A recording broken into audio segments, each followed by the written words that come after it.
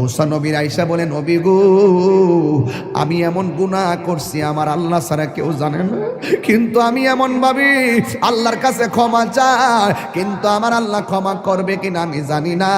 কেন জানে মনে হয় আমার আল্লাহ আমাকে ক্ষমা করবে না।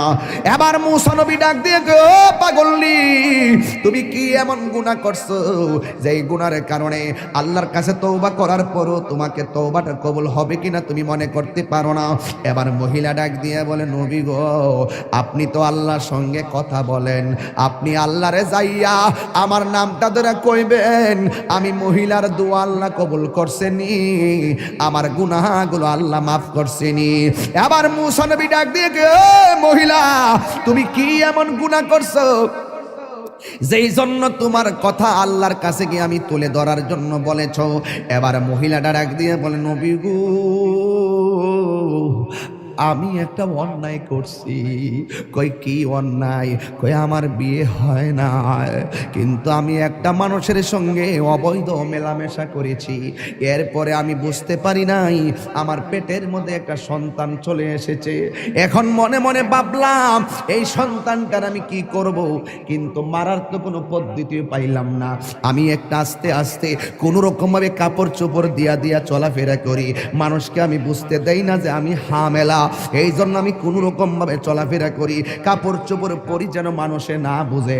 কিন্তু আমি এমন ভাবে দিন যত বাড়তে শুরু করলো, আমার শরীরটা ভারী হইতে শুরু করলো।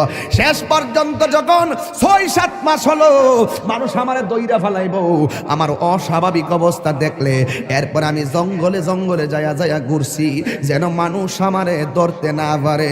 ও নবী গো, নবী গো, নবী গো, আপনি জানেননি গো, আমি যখন দেখলাম 10 মাস 10 দিন হয়ে গেল, একদিন আমার পেটের ব্যথা উঠে গেল, মনে হয়েছে যেন আমার সন্তানটা হইব।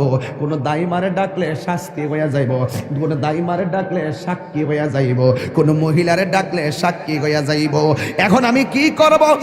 নিজেই প্রসব করাইছি আমার সন্তান, এখন আমি কি করব? এতদিন আমি পেট গোপন করছি, এখন আমি বাচ্চাটা গোপন করব কেমনে?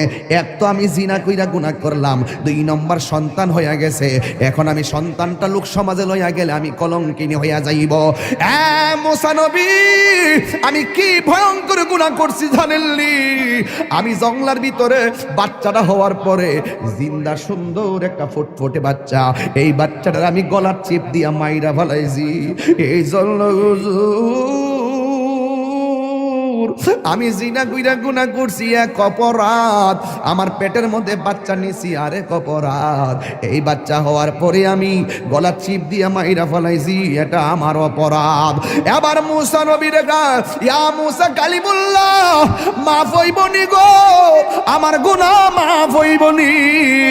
মুসা নবী তো গরম নবী, মুসা নবী ডাক দিয়ে কম বক্তার মহিলা, যাও যাও, এখান থেকে চলে যাও, এখান থেকে চলে যাও, এখান থেকে চলে যাও।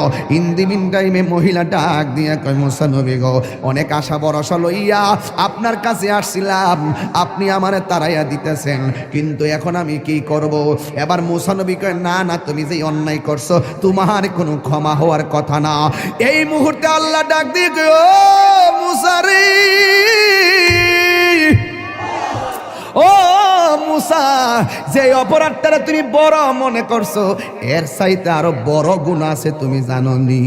যেই গুনাহ করলে আমি আল্লাহ এর চাইতে আরো বেশি অসন্তুষ্টি হইয়া যায়। কয় কি? কয় যারা ইচ্ছা কইরা নামাজ চাইরা দে, ওই বান্দার উপরে আমি আল্লাহ এর চাইতে বেশি বেজার হইয়া যায়।